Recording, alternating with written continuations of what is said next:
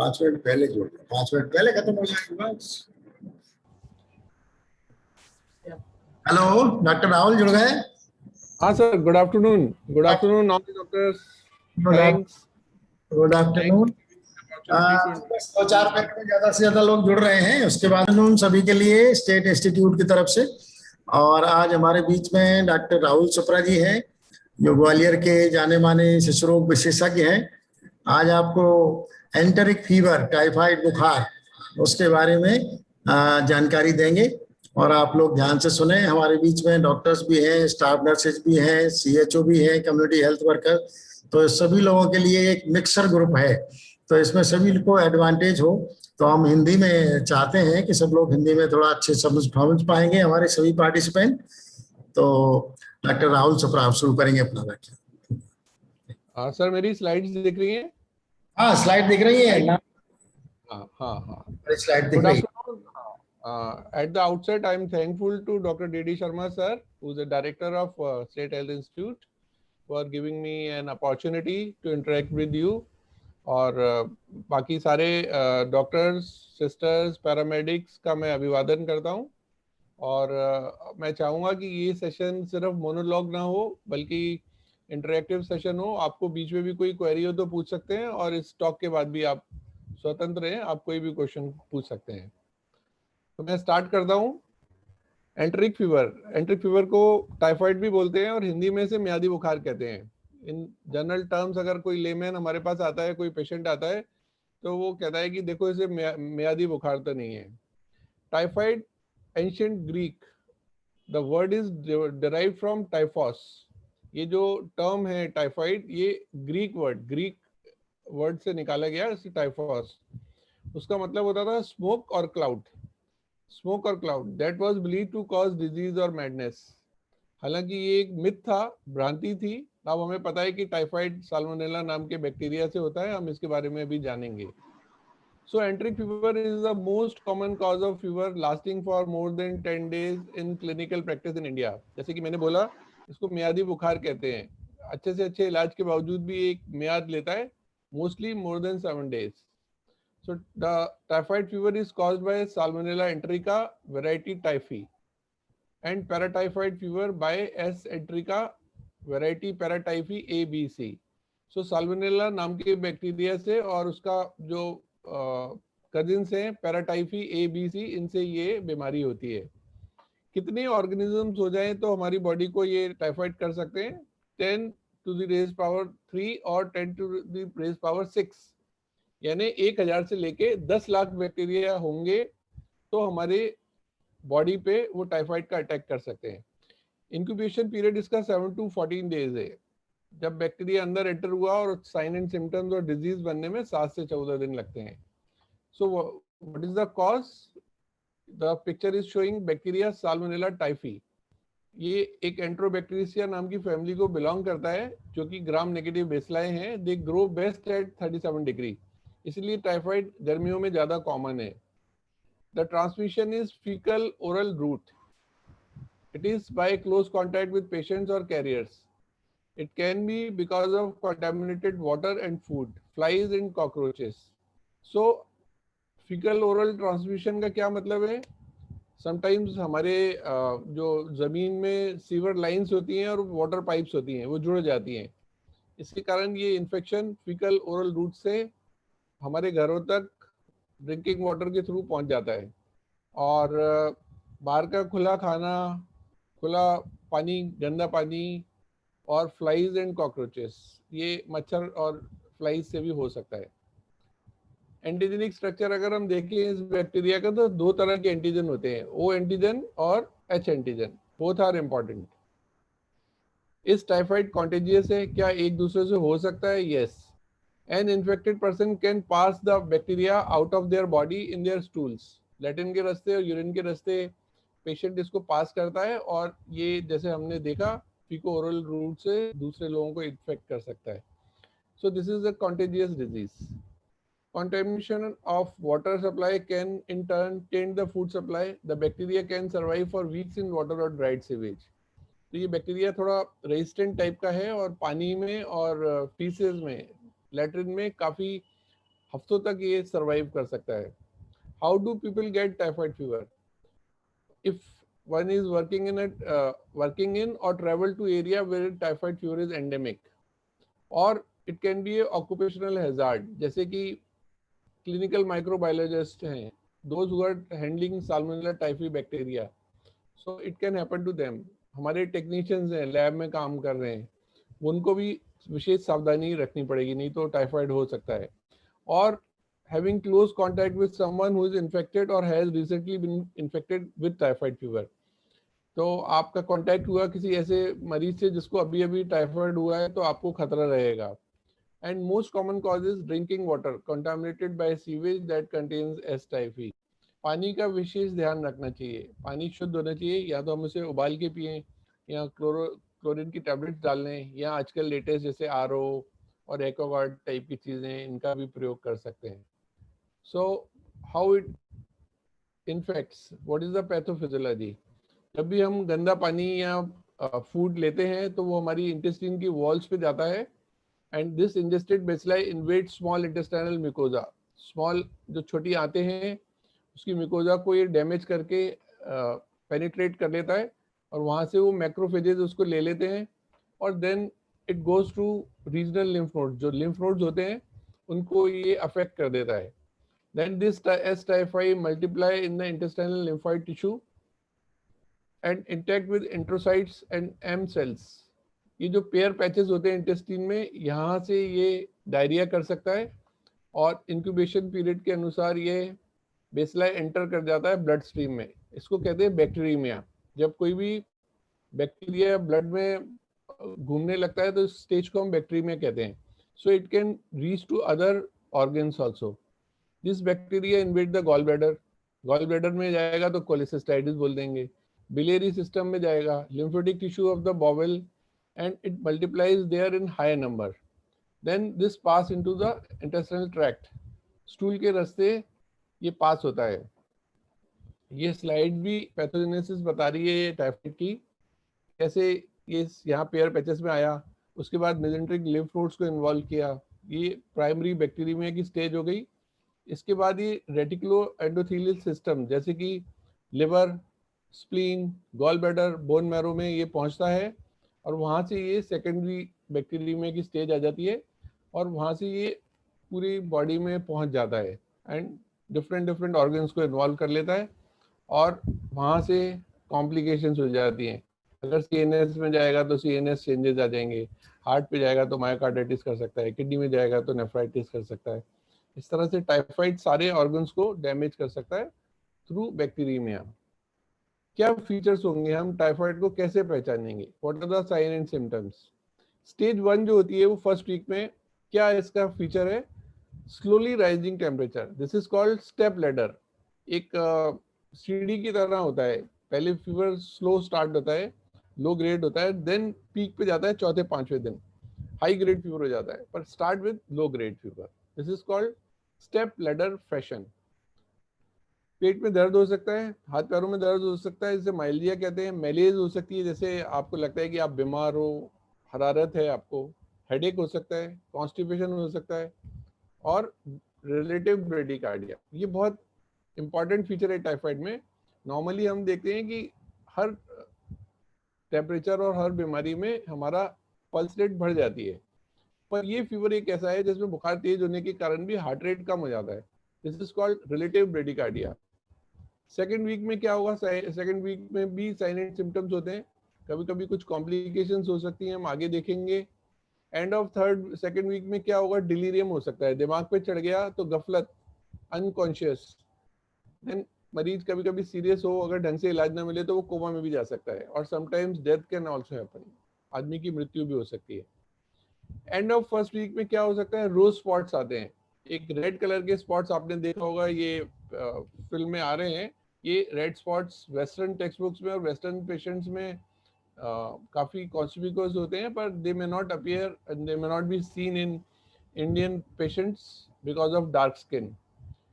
There can be cough also, खांसी हो सकती है, तिल्ली बढ़ सकती है, तिल्ली लेफ्ट साइड में होती है, जिगर राइट साइड में होता है इन अ नॉर्मल पेशेंट, तो आप तिल्ली भी देख सकते हैं। पेट फूला हो सकता है, पेट में दर्द हो सकता है, दबाएंगे तो दर्द हो सकता है जिसे टेंडरनेस कहते हैं, और देयर कैन बी डायरिया, दस्त हो सकते हैं।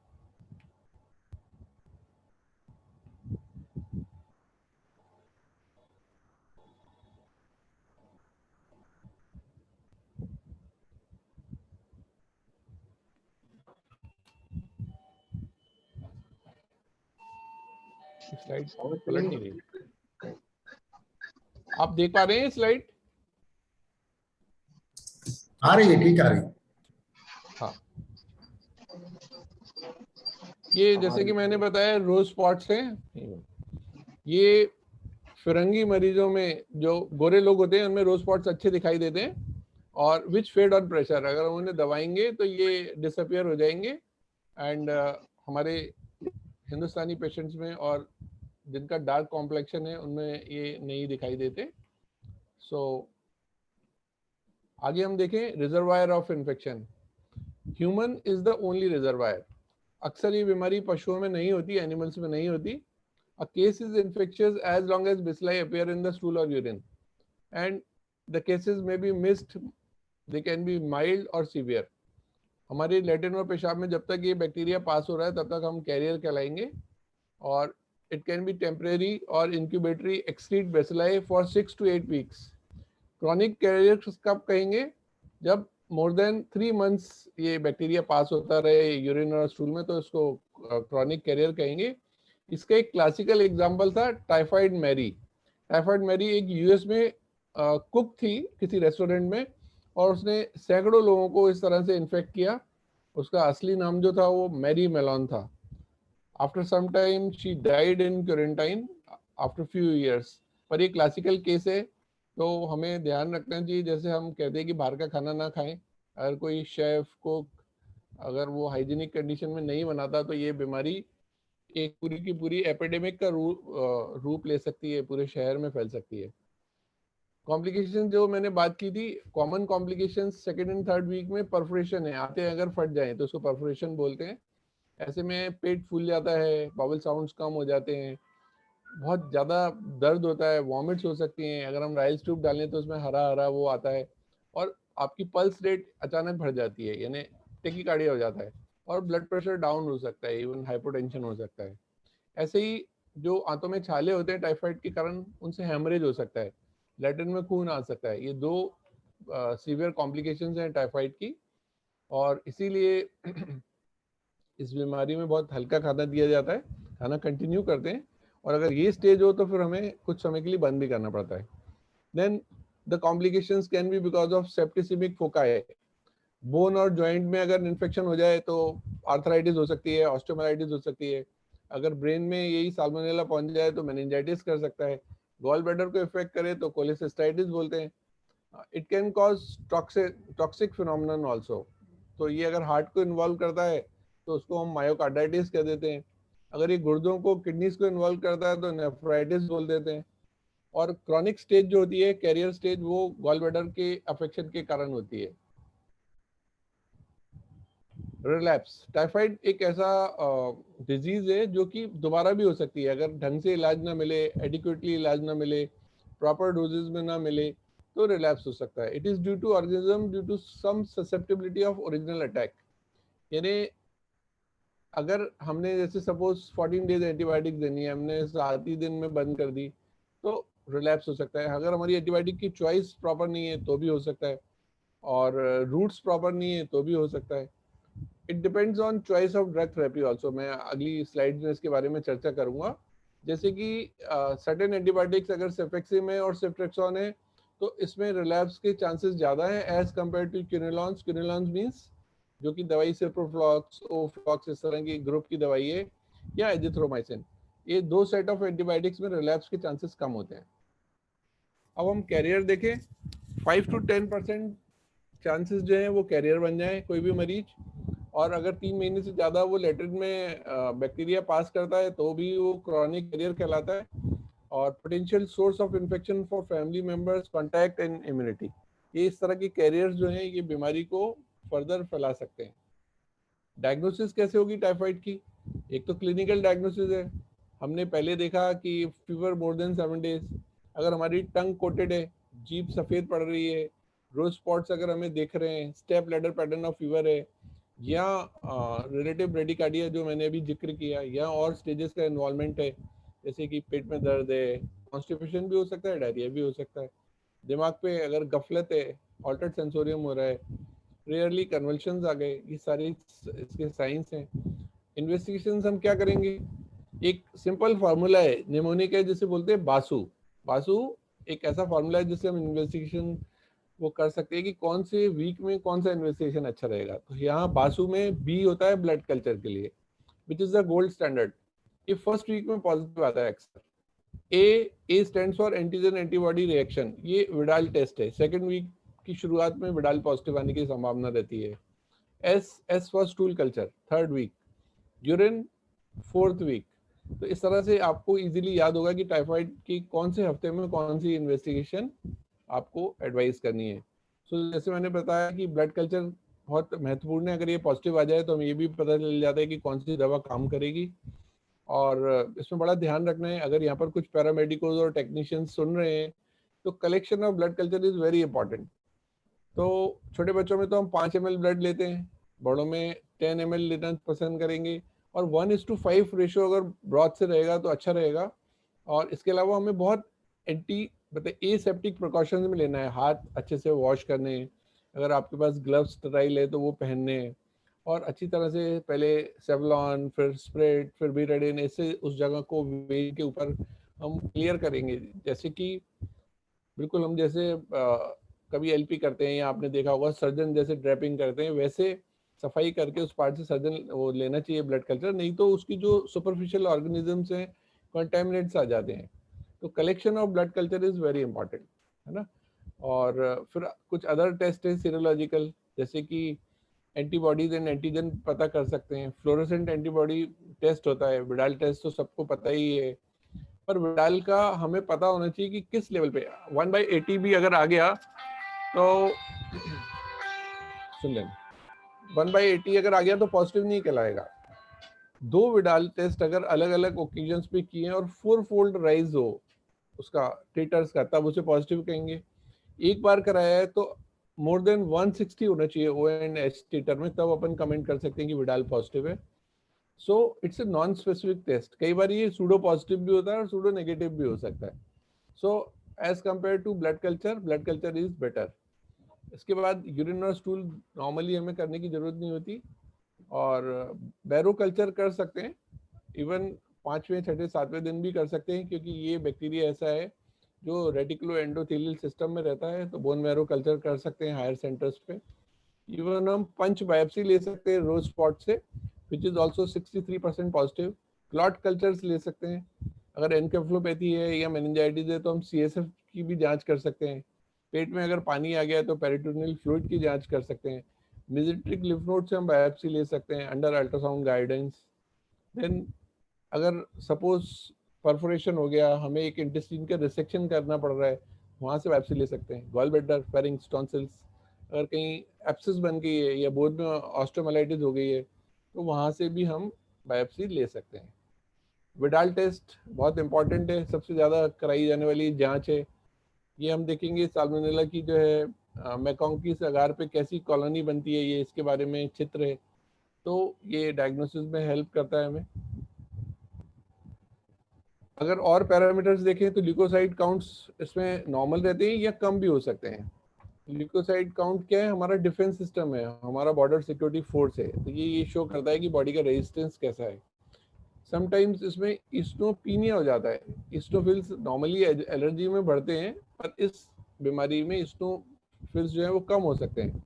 And there can be neutrophilic predominance, जो पॉलीमॉर्फ्स है वो ज़्यादा हो सकते हैं। जैसे कि मैंने जिक्र किया था, ब्लड और मीडिया का रेशो 1:5 होना चाहिए।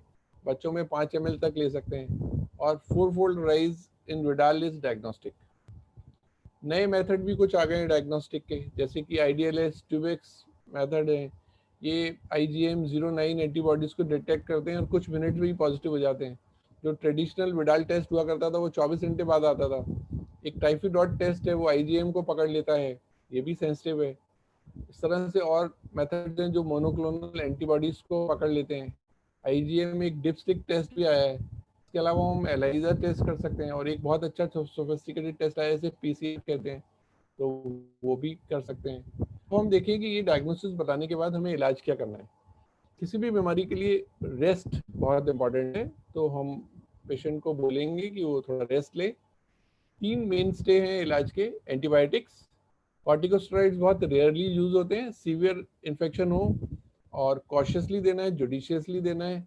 अगर ब्रेन इन्वॉल्वमेंट है तो भी under supervision, but normally we should not give corticosteroids. Antipyretics देना है, और पैरास्टामोल सबसे सेफ रहता है। ओरल दे सकते हैं 10 to 15 मिलीग्राम पर केजी पर डोज। अगर वॉमिट हो रही है तो हम पर रेक्टल सपोजिटरीज आते हैं, बत्ती के रूप में भी आजकल पैरास्टामोल आता है, बत्ती के रूप में दे सकते हैं, और इंट्रामस्कुलर भी दे सकते हैं, और आजकल आईवी प्रिपरेशंस भी अवेलेबल हैं जो दी जा सकती हैं अगर हमारे पास आईवी देने की फैसिलिटीज हैं। डाइट कैसी होनी चाहिए? डाइट सॉफ्ट होनी चाहिए, डाइजेस्टिबल डाइट है। पुराने ज़माने में कहते थे कि टाइफाइड में कुछ नहीं देना, आजकल ये कंसेप्ट पुराना है। अगर टॉलरेट करता है, पेट ठीक है, तो हम पेशेंट को दे सकते हैं। Give lot of fluids and electrolytes. But suppose अगर पैरालिटिक इलियस है या इंटेस्टाइनल ऑब्स्ट्रक्शन है, तो हम कुछ समय के लिए फाइट डाइट को रिस्ट्रिक्ट भी कर सकते हैं। Surgical care is rarely indicated. अगर परफोरेशन हो गया या हेमरेज हो गई तो हमें सर्जन की भी हेल्प लेना पड़ती है कभी कभी। How to control typhoid fever? This is called the grip of typhoid. कैसे फैलता है? फूड, खुले खाने से। बाजार में तरबूज मिल रहा है, ककड़ी मिल रही है खुली हुई, ऊपर मच्छर बाकी सब बैठ रहे हैं और वो हम खा लें, या हम गंदा पानी पी लें बाहर का, तो फ्लूइड्स बोलते हैं इसे। फिंगर्स, अगर हमने हाथ नहीं साफ किए खाने से पहले तो फिंगर से हो सकता है। देन फ्लाइज, मक्खी मच्छर मैंने आपको बताया, इनके उससे हो सकता है।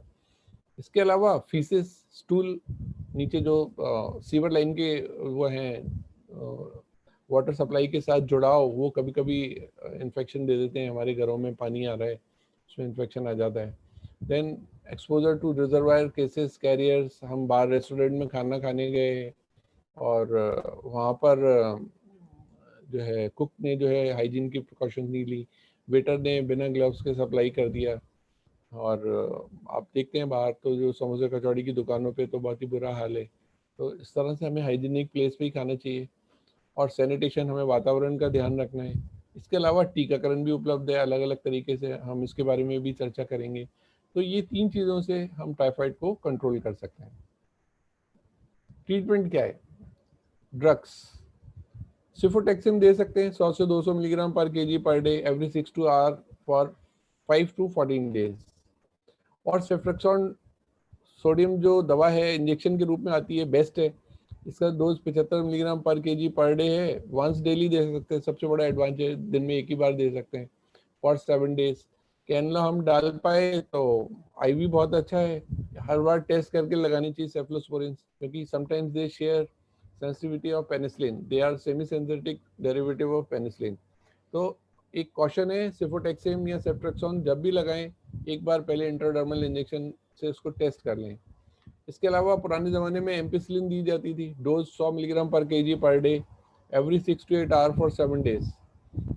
देन एक ओरल सेफेक्सिम ऑल्टरनेटिव है जिसका dose 15 milligram per KG per day है, और 7 से 10 दिन देना चाहिए, मैक्सिमम 14 डेज भी दे सकते हैं।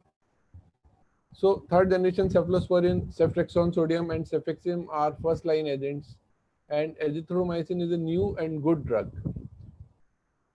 किन लोगों को आईवी मेडिकेशन देना है, कैसे डिसाइड करेंगे? अगर बच्चों को या बड़े को कंटिन्यूसली वॉमिट हो रही है, उल्टी हो रही है और वो पचा ही नहीं रहा, तो मुंह की दवाइयों से ठीक करना मुश्किल होगा। इस दशा में हमें आईवी एंटीबायोटिक्स देना होगा। और इनेबिलिटी टू टेक ओरली, वो इतना सीरियस है, कोमा में, एन्केफेलोपैथी में, हमें डर है कि वो एस्पिरेट कर जाएगा, इस दशा में भी अभी आईवी इंजेक्शन देने। सीवियर डायरिया हो रहा है, डिहाइड्रेशन में जा रहा है पेशेंट, तो उसको हमें आईवी देना है और साथ ही में इंजेक्शन भी देंगे। या बहुत ज़्यादा एब्डोमिनल डिस्टेंशन है, मरीज ओरली टॉलरेट नहीं कर रहा, इस दशा में we have to give IV medication. Choice क्या होगी एम्पिरिकली? अगर हमें डायग्नोसिस नहीं बन रही, हम सोच रहे हैं कि ये है, तो व्हाट टू स्टार्ट? ओरल सेफेक्सिम, अगर पेशेंट ठीक है तो हम ओरल चालू कर सकते हैं, और ओपीडी बेसिस पे भी दे सकते हैं। मैक्सिमम डोज जो है 20 milligram per KG per day. Azithromycin 10 to 20 milligram per KG per day, और 7 दिन तक दे सकते हैं टाइफाइड में। क्लोरफेनिकॉल, एजिथ्रोमाइसिन तो आपने देखा होगा डेंगू के सीजन में कितना एजिथ्रोमाइसिन चला, और आपने देखा होगा कि इस कारण टाइफाइड के केसेस भी कम हो गए। Chloramphenicol was the old standard, 50 milligram per KG per day. Then amoxicillin and cotrimoxazole, 2 ऐसी दवाइयां हैं जो ट्राई की जा सकती हैं। ये एक चार्ट है जो ये बता रहा है ये सारी दवाइयां और इनके डोजेज, ये किसी भी किताब से आप रेफर कर सकते हैं, और नहीं तो एक बेड साइड चार्ट आप लगा सकते हैं for ready reference. A word about multi drug resistant typhoid. आपने देखा होगा कि पुराने जमाने में एम्पिसिलिन, एमॉक्सिसिलिन, कोट्राइमोक्सिजोल, क्लोरफेनिकल, ये सारी दवाइयां टाइफाइड में दी जाती थी। क्लोरफेनिकॉल तो बहुत रैम्पेंट होता था और बड़ा अच्छा इफेक्ट आता था, पर 1990 से हमने देखा कि ये दवाइयां टाइफाइड में काम नहीं करती, तो इसको क्लोरफेनिकॉल रेजिस्टेंस टाइफाइड बोला गया। फिर इसके अलावा उसके बाद क्विनोलॉन्स दिए जाने लगे, सिप्रोफ्लॉक्स एंड ओफ्लॉक्स, तो देखा गया कि ये भी दवाई काम नहीं कर रही, तो that is called multi drug resistant typhoid. ये 1990 के बाद ये शुरुआत हुई। फिर बहुत सारी नई दवाइयां आ गई जैसे कि सेफ्ट्रक्सन सोडियम है, सेफेक्सिम है। अगर इनसे भी रेजिस्टेंट हो जाता है तो एजिथ्रोमाइसिन बहुत अच्छी दवाई है। तो अब देखा ये गया है कि रेजिस्टेंस जो है वो साइकिल के अनुसार चलता है। जब हमने ये दवाइयां देनी चालू कर दी, आपने देखा होगा कि जो आरएमपीज हैं या फर्स्ट लाइन फिजिशियंस हैं पेरिफेरी में, वो डिस्पेंस कर रहे हैं ओफ्लॉक्स, नॉरफ्लॉक्स, सेफेक्सिम, तो ये दवाइयां काम नहीं करती। तो हमने देखा है कि अब जो पुरानी दवाइयां थी वो फिर से सेंसिटिविटी उनकी आने लगी। तो here comes the role of blood culture and urine culture, जिससे हमें पता चल जाता है कि हमारी कौन सी दवा काम करेगी। अगर यूरिन में नैलिडिक्सिक एसिड से रेजिस्टेंस आता है तो चांसेस हैं कि क्विनोलोन ग्रुप काम नहीं करेगा, ओफ्लॉक्स और सिप्रोफ्लॉक्स। तो हम सेफेक्सिम या एजिथ्रोमाइसिन जैसी दवाइयां देना चाहेंगे या सेफ्ट्रक्सोन सोडियम देना चाहेंगे। तो ये एक बात है मल्टी ड्रग रेजिस्टेंट टाइफाइड के बारे में, और इसलिए हमें अपनी एंटीबायोटिक्स को रिजर्व रखना चाहिए और उनका इनडिस्क्रिमिनेट यूज नहीं करना चाहिए। जैसे कि वायरल इन्फेक्शन है तो उनमें हम एंटीबायोटिक्स ना दें, तो हमारी ये एंटीबायोटिक्स बची रहेंगी, हमारी जरूरत पे काम आएंगी। तो हम देखें कि जो नॉर्मल टाइफाइड में दवाइयाँ दी जाती हैं उनके साइड इफेक्ट्स क्या हैं। जो ओरल सेफेक्सिम दवा है वो स्टूल में चेंजेस कर सकती है और कभी कभी डायरिया भी कर सकती है। सेफ्ट्रक्सोन सोडियम जो है वो प्रोथ्रोम्बिन टाइम जैसी जांच को गड़बड़ा देता है, इसको हाइपरप्रोथ्रोम्बिनीमिया बोलते हैं, और कभी कभी अगर ब्लीडिंग टेंडेंसीज हैं तो ये दवा अवॉइड करना चाहिए। एजिथ्रोमाइसिन बहुत अच्छी दवा है, ओरली दे सकते हैं, और पर ये भी कभी कभी पेट में दर्द और जीआई अपसेट कर सकती है। क्लोरफेनिकॉल बहुत संभल के देना चाहिए और इसकी काउंट्स की सीबीसी मॉनिटरिंग करना चाहिए, क्योंकि ये दवा बोन मैरो सप्रेशन कर सकती है। हमारी तीनों चीजें जो हैं जैसे हीमोग्लोबिन, प्लेटलेट और टीएलसी, तीनों कम हो जाएंगे। This is called aplastic anaemia. So agranulocytosis, thrombocytopenia और pancytopenia are the dreaded complication of क्लोरफेनिकॉल।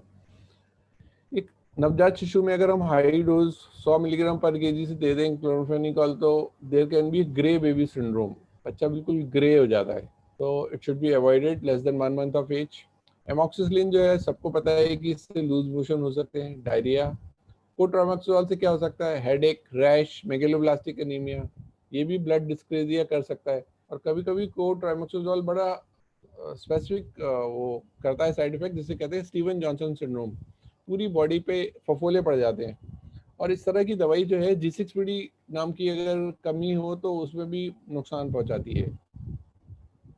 तो हम टाइफाइड को कैसे बचाएं, इतनी मुश्किल बीमारी है जो हमारे हर ऑर्गन को डैमेज कर सकती है।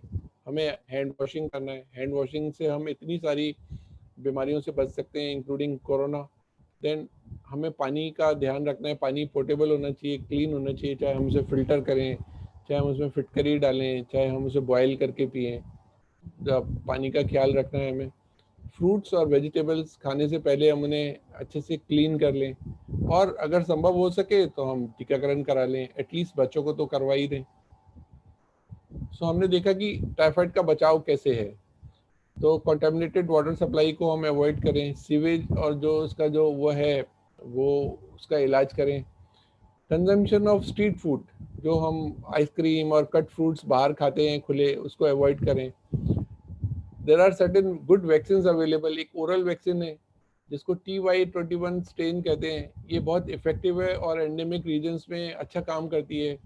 67 to 80% तक इसका अच्छा बचाव है 5 साल की उम्र तक। इसके अलावा फिर VI capsular polysaccharide vaccine I, which can be used in persons more than 2 years old, given as a single intramuscular dose. इसका बूस्टर लगवाना पड़ता है हर 2 साल में और इसकी एफिकेसी 70 से 80% तक है।